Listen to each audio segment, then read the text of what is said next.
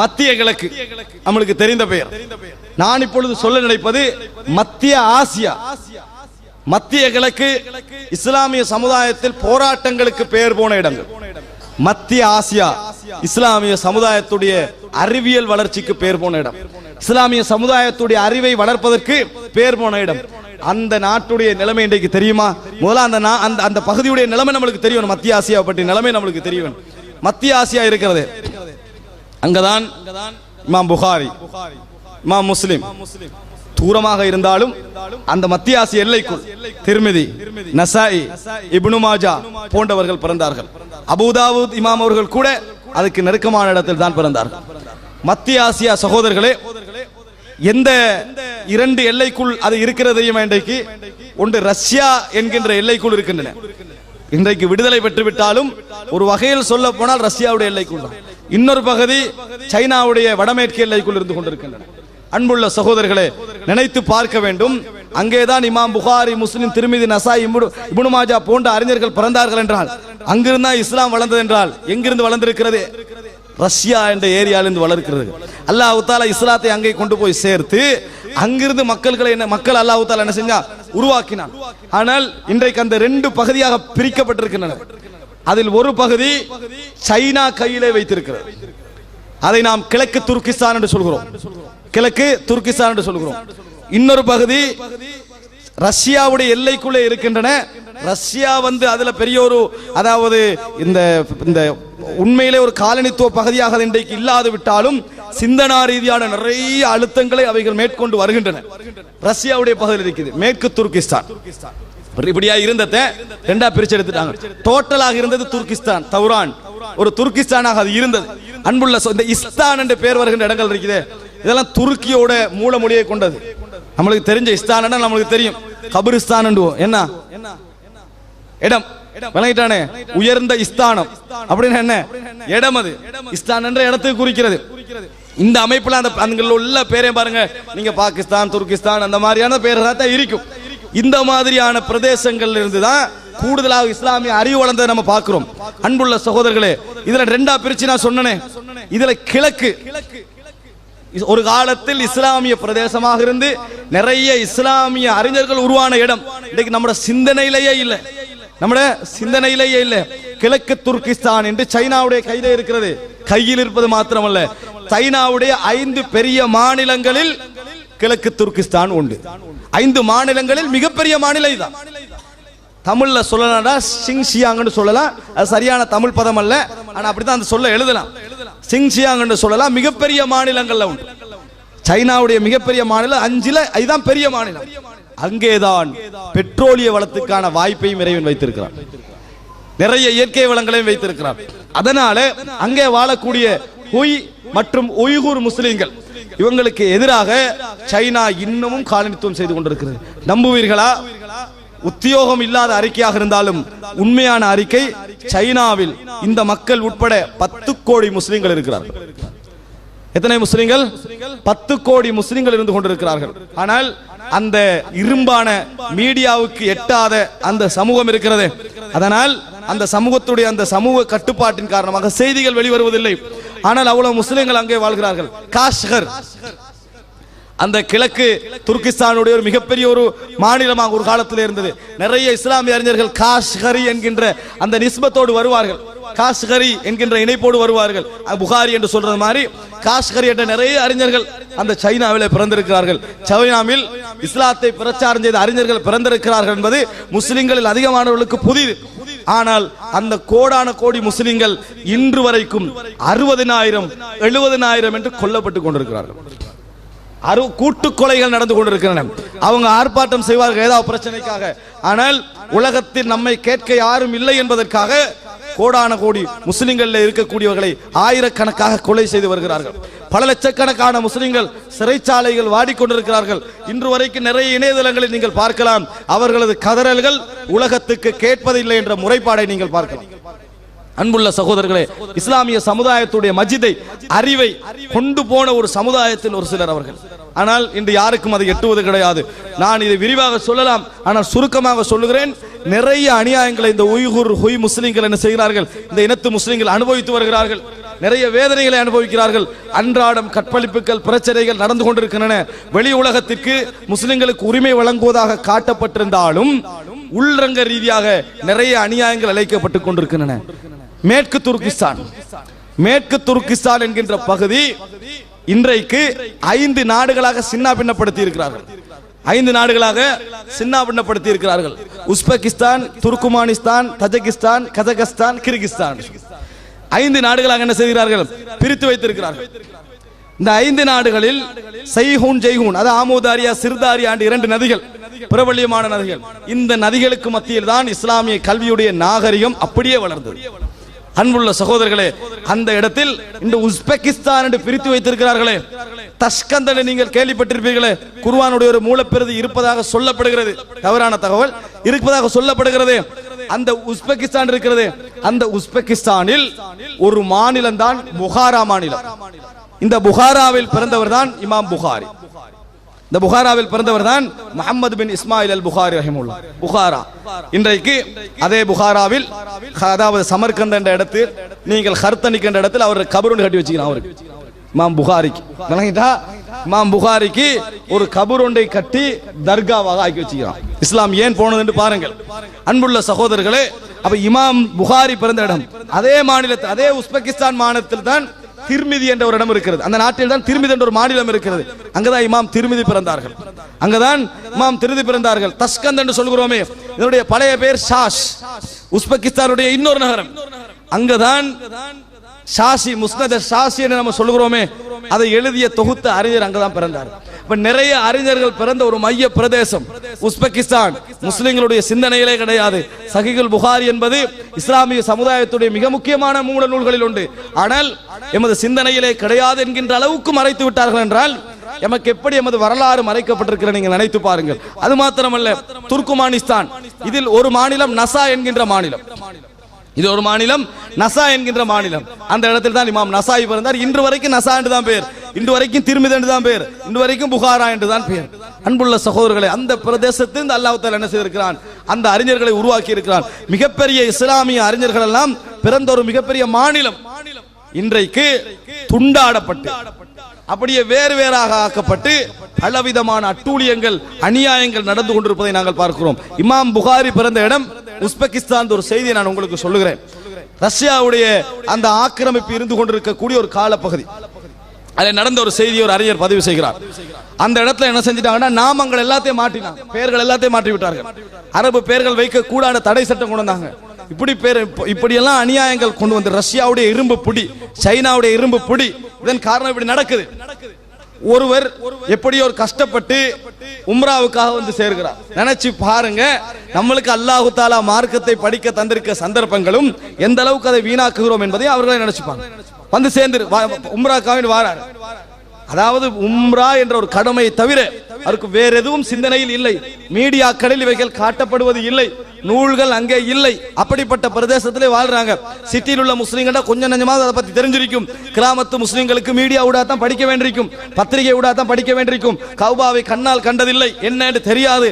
ஆனா உம்ரா என்கின்ற அமலை நினைத்தவர் வருகிறார்.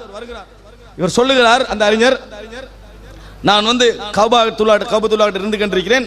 ஒரு மனிதர் என்னை பார்த்து அழைத்தார். அதாவது பள்ளிக்கு வெளியே இருந்து அழைக்கிறாரு. ஒரு அதாவது கொஞ்சம் வர ஏழுமான்னு கூப்பிடுறாரு. ஒரு கௌபத்துல்லாஹ் அன்னைக்கு போறாரு. கிட்ட போய் அவரோட மொழியில இவர் பேசுறாரு. இவருக்கு அந்த மொழி தெரிஞ்சிருக்கிறது. கேட்கிறாரு, கௌபத்துல்லாஹ் எத்தனை முறை தவாப் செய்ய வேண்டும்? பேசிக் விஷயம் எல்லாருக்கும் தெரியும். எத்தனை முறை தவாப் செய்ய வேண்டும்? அப்ப அவர் சொல்றாரு 7 முறை அப்படின்ற. 7 முறை தவாப் செய்ய உங்களால 7 மான்னு கேட்கிறாங்க. 7 முறை எப்படி 7 முறை நீங்க தவாப் செய்றீங்க? இவருக்கு ஆச்சரியமாயிட்டு, சின்ன இடத்தை ஏன் 7 முறை தவாப் செய்ய இப்படி கேட்கிறாரு? சரி, ஏதோ கடமையானு கேட்கிறாரு. கடமை. அப்ப நான் சரி தவாப் செய்யறேன்ட்டு பள்ளிக்கு வெளியே போறாரு. பள்ளிக்கு வெளியே போற பார்த்து இவர் கூப்பிடுறாரு, எங்க போறீங்க? தவாப் செய்ய போறேன்றாரு. அப்பதான் இவருக்கு விளங்குது, இவருக்கு கஅபத்துல்லாஹ்ண்டா என்னன்னு தெரியாது. இவர் நினைக்கிறார் அந்த பள்ளி வாயை நான் சுத்தி வருவதுதான் தவாப் என்று நினைக்கிறார். அவரை கையை பிடிச்சி கூட்டிட்டு போறாரு உள்ளுக்க. இதுதான் காபத்துல்லா. இதை சுத்தித்தான் நீங்கள் தவாபு செய்ய வேண்டும் என்று சொன்னதுதான் கடை. ஓடி போய் கௌபாவுக்கு பக்கத்துல விழுந்து கண்ணீர் விட்டு அழுது ஒரு வார்த்தை சொல்லுகிறார். இமாம் புகாரி போன்றவர்கள் பிறந்த இடம். என்ன வார்த்தை சொல்றார் தெரியுமா? எங்களை எல்லாம் இது போன்ற கௌபத்துல்லாவுடைய அடையாளம் தெரியாம மாட்டி விட்டார்களே, யா அல்லாஹ் அவர்கள் மீது ஒரு சாபத்தை இறக்கண்டு கண்ணீர் விட்டு கதறி அழுதார். அழுது விட்டு அவர் வாழுகின்ற அந்த உஸ்பெகிஸ்தானுடைய பிரதேசத்தில், அவர் வாழுகின்ற பிரதேசத்தில் நடக்கக்கூடிய கொடுமைகளை எல்லாம் அந்த மனிதருக்கு பதிவு செய்கிறார்கள். அன்புள்ள சகோதரர்களே, புகாரி இமாம் பிறந்த ஒரு நாட்டிலே ஒரு பிரதேசத்திலே நடக்கக்கூடிய நிகழ்வு இது. இன்றைக்கு மார்க்கம் படிக்கக்கூடிய ஏராளமான வாய்ப்புகளை அல்லாஹ் எங்களுக்கு தந்திருக்கிறான். ஏராளமான வாய்ப்புகளை இறைவன் எங்களுக்கு தந்திருந்தும் கூட நாங்கள் முறையாக உபயோகிப்பதாக இல்லை, முறையாக பயன்படுத்துவதாக இல்லை. இந்த ஒரு நினைத்து பாருங்கள், காபத்துல்லாவை எத்தனை முறை தவாப் செய்ய வேண்டும் என்கின்ற அந்த நிலைமை அவர்களுக்கு தெரியாது விட்டால் என்ன முறையில் அந்த அவருடைய வாழ்க்கை போயிருக்கும் நினைத்து பாருங்கள். பெயர்கள், அரபு பெயர்கள் வைப்பதே ஒரு பிழை, தடை, ஒரு பெரிய குற்றச்செயல் என்கின்ற அமைப்புக்கு மாறிவிட்டிருப்பதை பார்க்கிறோம். அன்புள்ள சகோதரர்களே, இது மாத்திரமல்ல, அந்த அதாவது மேற்கு துருக்கிஸ்தான் இருக்கிறது, இந்த மேற்கு துருக்கிஸ்தானில் இது அல்லாமல் எத்தனையோ வேறு வேறு விதமான கொடுமைகள், குறிப்பாக இஸ்லாமிய மூல நூட்களை அப்படியே தேர்ந்தெடுத்து அழிக்கின்ற நிகழ்வுகள் நடந்து கொண்டிருக்கின்றன.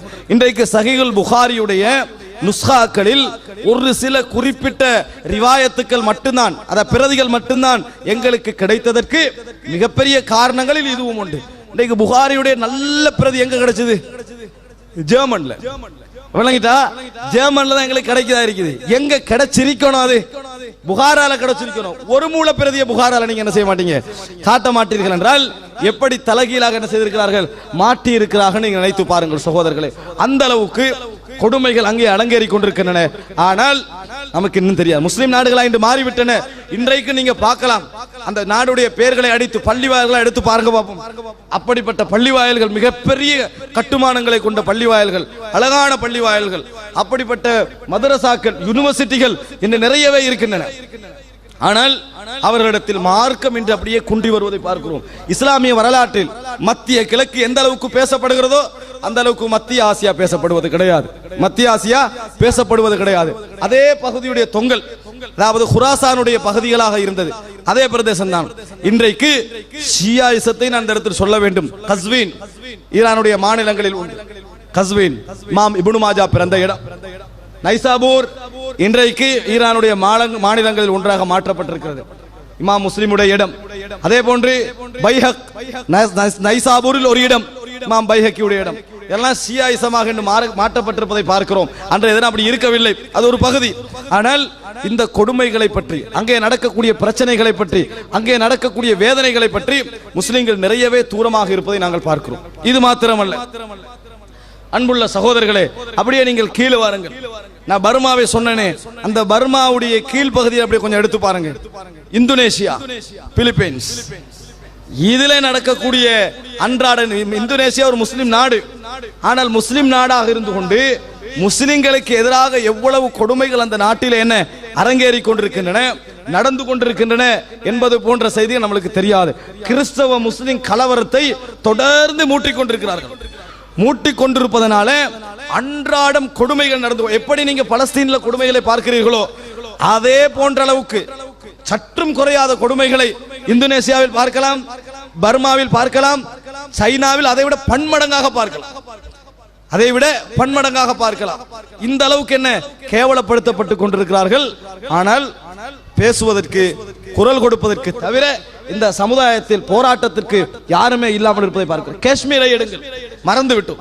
காஷ்மீர் இன்றைக்கு டோட்டலி நம்மளுக்கு மறந்து போயிட்டு. இந்த ஒவ்வொரு நாடுகளும், நான் சொல்லக்கூடிய நாடு கிட்டத்தட்ட 30-35 நாடுகள் வரும். விளங்கிட்டா 20-25 நாடுகள் வரும்.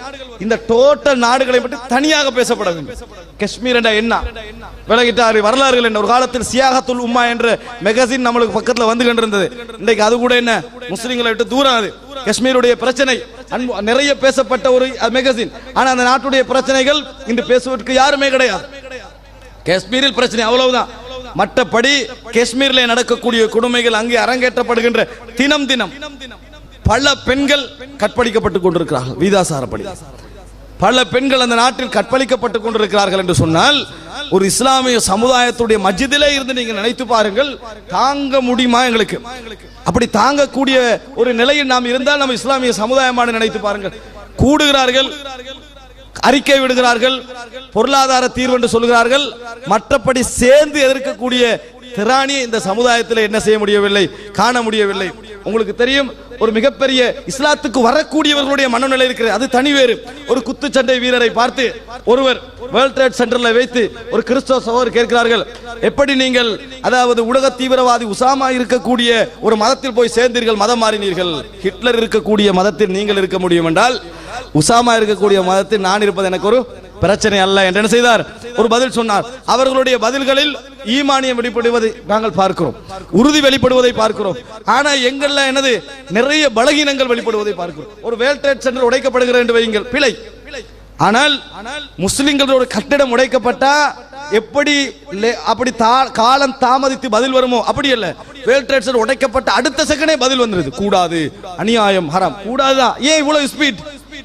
அதை விட இதுக்கு ஏன் ஸ்பீடா இருக்கிறோம்? எங்களோட உள்ளத்தில என்னது, அதாவது இவர்களுடைய உள்ளத்திலே பலகீனம் இருக்கிறதோ அவர்கள் வேகமாக அவர்களில் என்ன செய்கிறார்கள், ஆதரவு தெரிவிப்பதை நீங்கள் பார்க்கலாம். எதிர்க்க வேண்டும், ரெண்டு சமநிலை பேணப்பட வேண்டும். அன்புள்ள சகோதரர்களே, இந்த இடத்தில் முஸ்லிம் சமுதாயத்துடைய பிரச்சனைகளை நீங்கள் மேலோட்டமாக தெரிந்து கொள்ள வேண்டும் என்பதற்காக நான் இதை சுருக்கமாக சொன்னேன். இன்னும் சொல்வதற்கு ஐரோப்பாவிலே குறிப்பாக கோசோவாவுடைய விடுதலைக்கு பின்னாலும் பொஸ்னியாவுடைய விடுதலைக்கு பின்னாலும் நடக்கக்கூடிய பிரச்சனைகள், ரஷ்யாவில் செச்சனியாவிலே நடக்கக்கூடிய பிரச்சனைகள், இது போன்ற நிறைய விஷயங்களை நான் உங்களுக்கு மத்தியில் சொல்ல வேண்டும். என்றாலும் கடைசி ஒரு முக்கியமான பகுதி இருப்பதனால் அதை நான் சொல்லி முடித்துக் கொள்ளலாம் என்று நினைக்கிறேன். என்ன மிக முக்கியமான பகுதி என்றால், அல்லாஹு தாலாவை பொறுத்தவரைக்கும் அவனுக்கு நாங்கள் தேவை கிடையாது. 160 கோடியும் தேவை கிடையாது, 200 கோடியும் தேவை கிடையாது.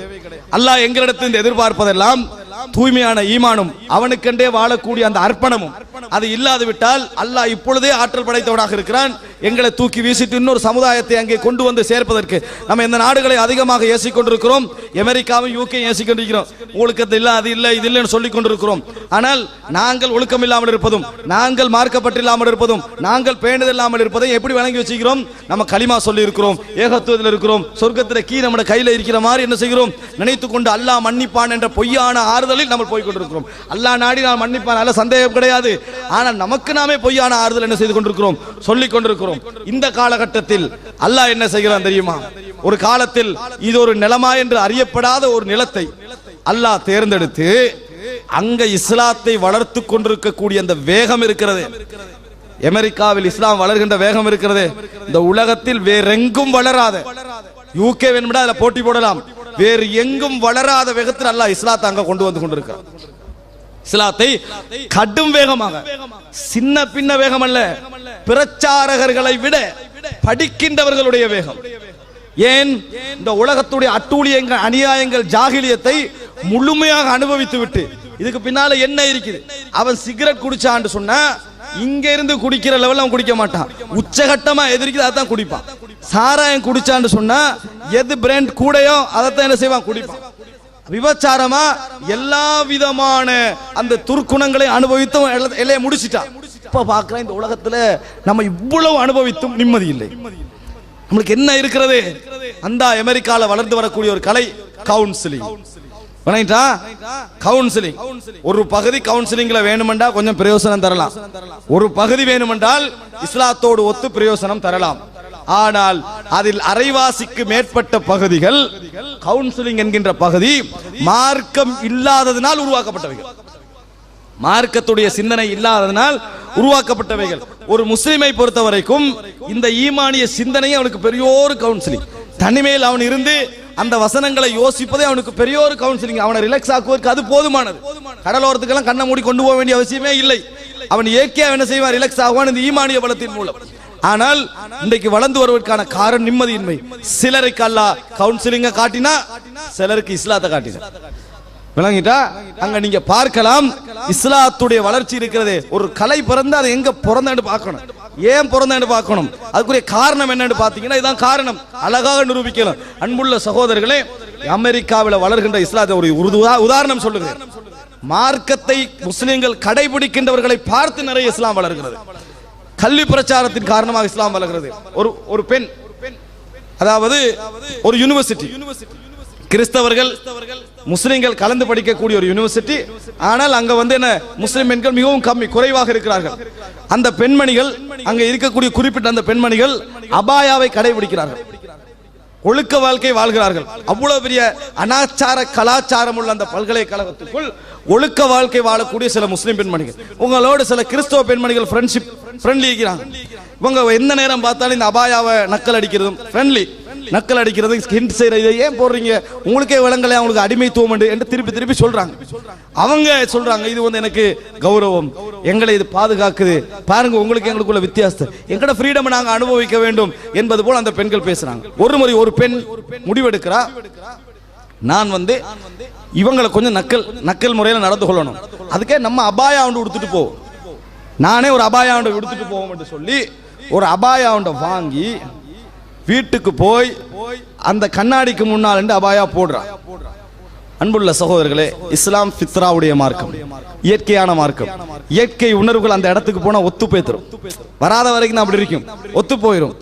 இவக்கு இந்த அபாயாவை போட்ட உடனே பிறந்தது முதல் திறந்த மேனியாக இருந்த அந்த பெண்மணிக்கு அதை போட்டு மூடின உடனே தனக்கு ஏதோ ஒரு கௌரவம் ஒன்று உள்ளத்துல வந்த மாதிரி உணர்கிறாள். அவசரமா பயப்படுகிறா, நம்ம இதை போட்டுட்டு போனா இஸ்லாத்துக்கு வந்துருவோமோ, இதை போட்டுட்டு போனா இஸ்லாத்துக்கு போயிருவோமோ, நம்மளுக்கு இல்லாத ஒன்று, நம்மளுக்கு தேவையான நம்முடைய உரிமையான ஒரு பொருள் நம்மளுக்கு ரிட்டர்ன் வந்த மாதிரி உணர்கிறோமே என்று கலைய நினைக்கிறார். மனசு ஆறுதல் சொல்லுது, விளையாட்டுக்கு தானே உடுக்கிறா, இதுல ஏன் பயப்படணும், உடுத்துட்டு போ. மேலெல்லாம் உடுத்து ஹிஜாபா அணிஞ்சுக்கண்டு அந்த அபாயாவோட அந்த பெண்மணி அந்த பல்கலைக்கழகத்துக்குள்ள நுழைகிறார். போகின்ற பொழுதே உள்ளத்துல ஒரு தடுமாற்றம், அந்த பெண்மணிக்கு ஒரு தடுமாற்றம். போகின்ற பொழுதே ஒரு ஐஸ் உள்ளத்துக்குள்ள அவ ஒரு கௌரவமான பெண்மணி என்ற ஒரு உணர்வு போகின்ற அப்படி உள்ளுக்கு நுழைறா. இவ விளையாட்டுக்குத்தான் செய்யறான்னு தெரியாத அந்த முஸ்லிம் பெண்மணிகள் என்ன செய்யறாங்கடா, இவ அபாயாவோட வந்த உடனேயே என்னடா அடிமை என்று சொல்லிட்டு இதை போட்டு வாராண்டு ஓடி வாராங்க. இந்த பெண்மணி அந்த 4-5 பெண்மணிகளும் வானக்கா செஞ்சு கட்டி பிடிச்சு கண்ணீர் வடிச்சு அல்லாஹ் அக்பர் சுபஹானல்லாஹ் சொன்னவுடன் அந்த பெண்மணியோட உள்ளம் கலங்குது. நான் அடிமைத்தனம் நினைச்சிட்டு இருந்தேன், வேணுமென்று இவங்க டிஃபென்ஸ் பண்றாங்க நினைச்சேன், பார்த்தா இவர்கள் விரும்பி உரிமையோடு அணிந்ததனால தானே நான் அணிஞ்சோன்னு இவங்க கவலைப்படுறாங்க, கண்ணீர் வடிக்கிறாங்க என்று சொல்லி அணைச்சு சொன்ன இடத்துல இருந்த அந்த பெண்மணி சொல்றா, அன்றைக்கு என் உள்ளத்திற்கு நுழைந்த இஸ்லாம் இன்று வரைக்கும் எனக்குள்ள வாழ்ந்து கொண்டிருக்குது. நான் இந்த அபாயா என்ன செய்யல, கலட்டவும் இல்லை அகற்றவும் இல்லை, நான் இஸ்லாத்துக்குள்ள வந்தேன், கலிமா சொல்லி இஸ்லாத்துக்குள்ள வந்தேன். என்னை அவர்கள் எந்த பிரச்சாரமும் செய்யவில்லை, எனக்கு எந்த பிரச்சாரமும் செய்யல, எனது இயற்கை எனக்கு வந்தது, அவ்வளவுதான். நேச்சுரல் அந்த நேச்சர் தன்மை எனக்கு என்ன செய்யுது, அப்படியே வந்தது, அவ்வளவுதான் என்று அந்த பெண்மணி கொடுத்த பேட்டியை பார்க்கிறோம். அன்புள்ள சகோதரர்களே, அமெரிக்காவில் இறைவன் ஒரு பெரிய ஒரு மாற்றத்தை இப்படி ஏற்படுத்தி கொண்டிருக்கிறார் என்று சொன்னால் முஸ்லிம்களாக நாங்கள் நினைக்க வேண்டும், இறைவனுடைய மார்க்கம் சகோதரர்களே, அல்லாஹ்வுடைய தீன், விளையாட்டுக்காகவும் பேச்சுக்காகவும் அல்ல இந்த மார்க்கம். இதனுடைய இருக்கிறதே, இந்த உலகத்துடைய போக்கை தீர்மானிக்க கூடிய விஷயத்தை அல்லாஹு தஆலா இந்த மார்க்கத்துக்கு கையில் தந்திருக்கிறான்.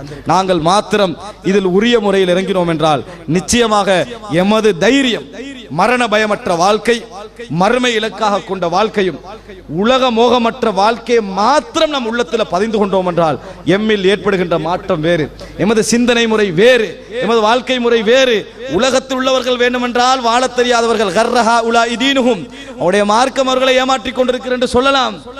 நாங்கள் அப்படி இருக்க மாட்டோம், உள்ளத்தால பெரிய ஒரு இஸ்ஸோடு இருப்போம், பெரிய கண்ணியத்தோடு இருப்போம். அப்படிப்பட்ட ஒரு லைஃப் இதுல இருக்கிறது. அல்லாஹ் அதை எங்களிடத்தில் எதிர்பார்க்கிறார். இந்த உலகத்தில் அன்புள்ள சகோதரர்களே, அல்லாஹ்வுக்கு மனைவி இருக்கிறது, அல்லாஹ்வுக்கு குழந்தை இருக்கின்றன, அல்லாஹ் தஆலாவுக்கு அசிங்கமான உருவங்கள் வடித்துக் கொண்டிருக்கின்றவர்கள் எல்லாம் மன்னித்து ரிஸ்க் கொடுத்து கொண்டிருக்கக்கூடிய இறைவன், அவனையே மாத்திரம் வணங்க வேண்டும், அவனுக்கு சுஜூது செய்ய வேண்டும் என்று வாழுகின்ற சமுதாயத்துக்கு அருள் செய்ய மாட்டானா? அந்த சமுதாயத்தை கணக்கெடுக்க மாட்டான் அல்லாஹ் தஆலா? இந்த உலகத்திலேயே அல்லாஹ் தஆலா மிகவும் இரக்கம் காட்டக்கூடிய சமுதாயம் எனது சமுதாயம். உம்மத்தி உம்மத்துன் மர்ஹூமா, எனது உம்மத் ரஹமத்து செய்யப்பட்ட உம்மத் என ரசூலுல்லாஹி ஸல்லல்லாஹு அலைஹி வஸல்லம் சொன்னார்கள். ஆனால் எங்களிடத்திலிருந்து அல்லாஹ் தஆலா எதிர்பார்க்கிறான், ஹத்தா தர்ஜிஉ இலா தீனிக்கும், உங்கள் மார்க்கத்துக்கு திரும்ப வேண்டும் என்பதை எதிர்பார்க்கிறான். எமக்கு நாம மாற்றம் வராத வரைக்கும், மன்னர் மாறவில்லை, அந்த மன்னர் மாறல, இந்த மன்னர் மாறலன்னு சொல்றோம். உங்க வீட்ல இருந்து டிவியே மாறல, இந்த ஆள் உலகத்துல ஃபுல்லா அந்த ஆட்சியாளர் மாறவில்லை, அந்த ஆட்சியாளர் யூதருக்கு பின்னால போறாரு, இந்த ஆட்சியாளர் இதுக்கு பின்னால போறாரு, ஒரு நாடகத்தை மாத்த இயலாமைக்கிறாங்க. அப்படி ஆட்சியாளரை பத்தி நம்ம மாற்றத்துக்கு ஆசைப்படுவது ஆட்சியாளர் எங்களில் ஒரு அங்கம் தான். நம்ம என்ன செய்யணும்? மாற்றம் நமக்கு நடக்க வேண்டும். நம்ம அல்லாஹ்விடத்தில் மாற்றத்தை எதிர்பார்க்க வேண்டும், அல்லாஹ்விடத்தில் பிரார்த்திக்க வேண்டும். ஆக அன்புள்ள சகோதரர்களே, அல்லாஹு தாலா நாம் இழந்து போன இந்த இஸ்ஸையும் மஜிதையும் இந்த சமுதாயத்திற்கு திருப்பி தர வேண்டும் என்று சொன்னால் அல்லாஹ்விடத்தில் நாங்கள் உளமாற பிரார்த்திக்க வேண்டும். மாற்றங்களை நாங்கள் கொண்டு வருவதற்கான ஒரே வழி, உலக மோகம் எங்களை எங்கெல்லாம் வியாபித்திருக்கிறதோ அந்த இடத்திலிருந்து எம்மை அகற்றி, எங்கெல்லாம் மரண பயம் எம்மை வியாபித்திருக்கிறதோ அங்கிருந்து அகற்றி இறைவன் பக்கம் திசை திரும்பினால் நிச்சயமாக அல்லாஹ் ரப்புல் ஆலமீன் எங்களுக்கான அந்த உதவியை செய்வான். இந்த இஸ்லாமிய பாதையோடு இறைவனை நோக்கிய பயணத்தில் ஆரம்ப பாதை தான் கஷ்டமானது, அடுத்ததெல்லாம் இறைவன் எங்களுக்கு இலகுவாக்கி வைப்பான்.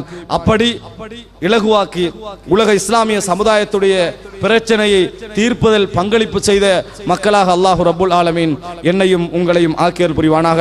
என் குறிப்பிட்ட நேரத்திற்குள் சுருக்கமாக நான் சொல்ல நினைத்தவைகளை சொன்னேன். ஹாதா மா இந்தி வல் இல்மு இந்தல்லாஹ் வ அகூலு கௌலி ஹாதா வ அஸ்தக்ஃபிருல்லாஹ் லி வ லக்கும்.